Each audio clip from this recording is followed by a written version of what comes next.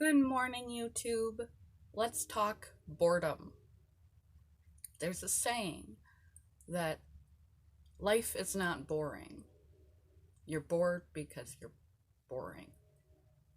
And there's some truth in that. Boredom is the sense that we get when we're not stimulated. And especially in today's society where we're bombarded with everything everywhere all the time, 12 different screens going, signage all over the road. We're constantly noise, noise, noise, and stimulation. And when we're the lightest bit unstimulated, we tend toward boredom. We're much more likely to feel boredom in today's society than we would way back when. Um, Not just because of overstimulation, because of exhaustion. We'd be too tired to be bored. We live in a society now where we have a lot of luxuries that enable us to have the energy to be bored. Now, there are other reasons why you might feel boredom besides overstimulation, and when you have free time, you end up feeling bored.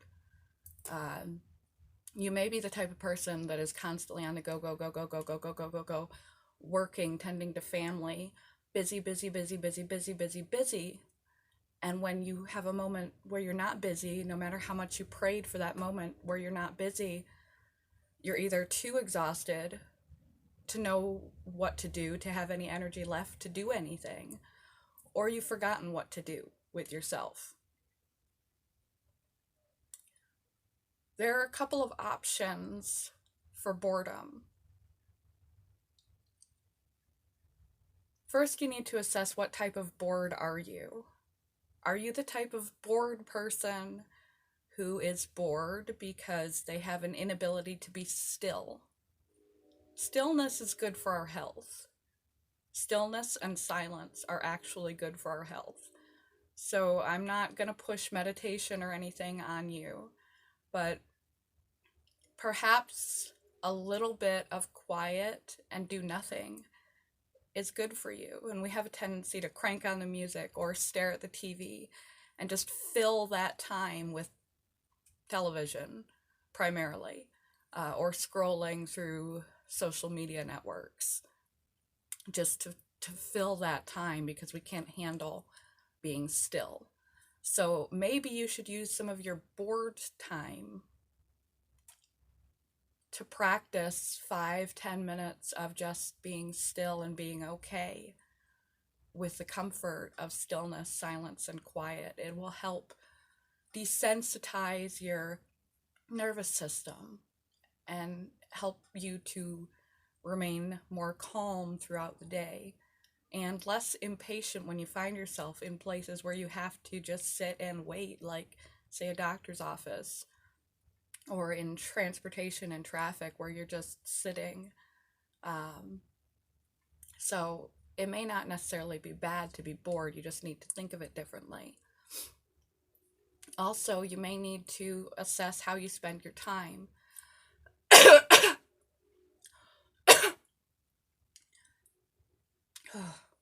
If you're one of those people who, when you finally do get that moment to yourself where you had all these imaginings of things you were going to do, and you drop out on the couch and just pass out because you have nothing left to give, you may need to reprioritize some of your time and realize that you're valuable and you deserve some time to yourself so that you can have time to do those things, not just the time, but the energy.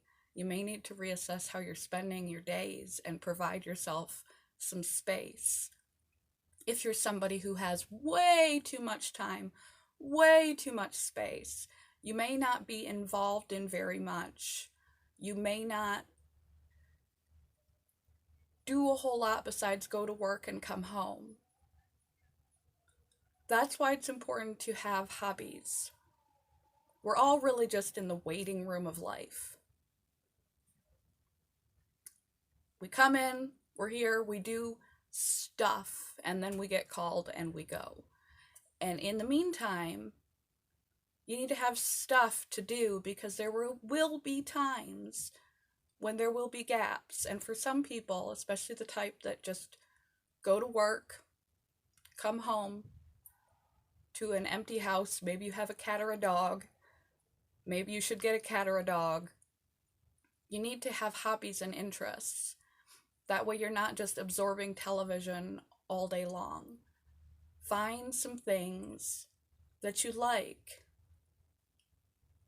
and begin to absorb those things. Even if you're in a situation such as I'm in, which is similar to the too much time, but I also have a psychotic mental illness, and the episode has left me with negative symptoms, which are avolition.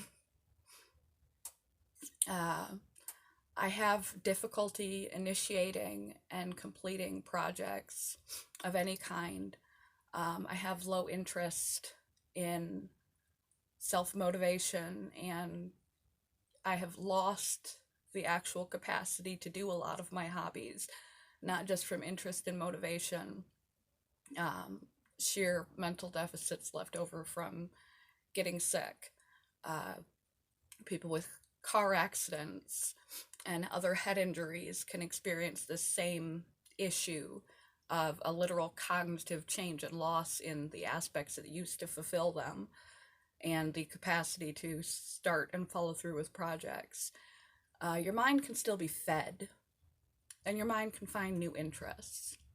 It's up to you to sit down and scour.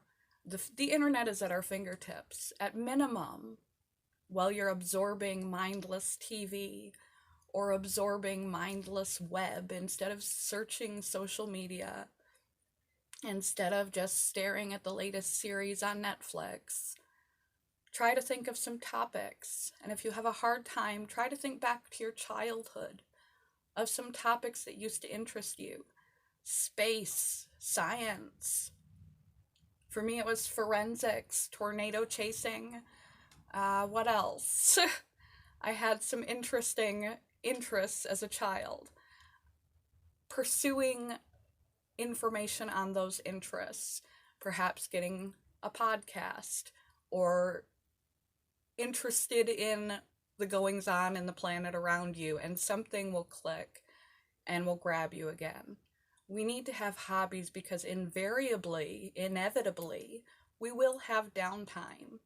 And unless we just want to sit and be bored, we have to have something to fill that downtime with. We have to have interests. We have to have activities. And it doesn't feel very good when people ask what you've been up to, when you have nothing to say. When people ask what you're interested in and you have nothing to say. When people ask what you do and you have nothing to say. Unless you lie, you have to admit that I just watch TV or I scroll Facebook all day. It doesn't feel good to be bored, but it also doesn't feel good to your self-esteem to have nothing to say about yourself.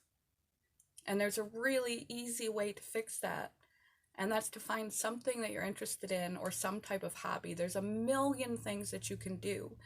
And even if you're facing the kind of hurdles that I'm facing, you have severe depression, you have physical illness, you have some sort of cognitive difficulties that prevent you from